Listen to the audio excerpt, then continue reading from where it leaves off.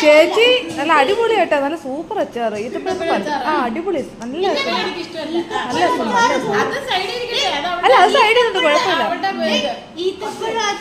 എനിക്കും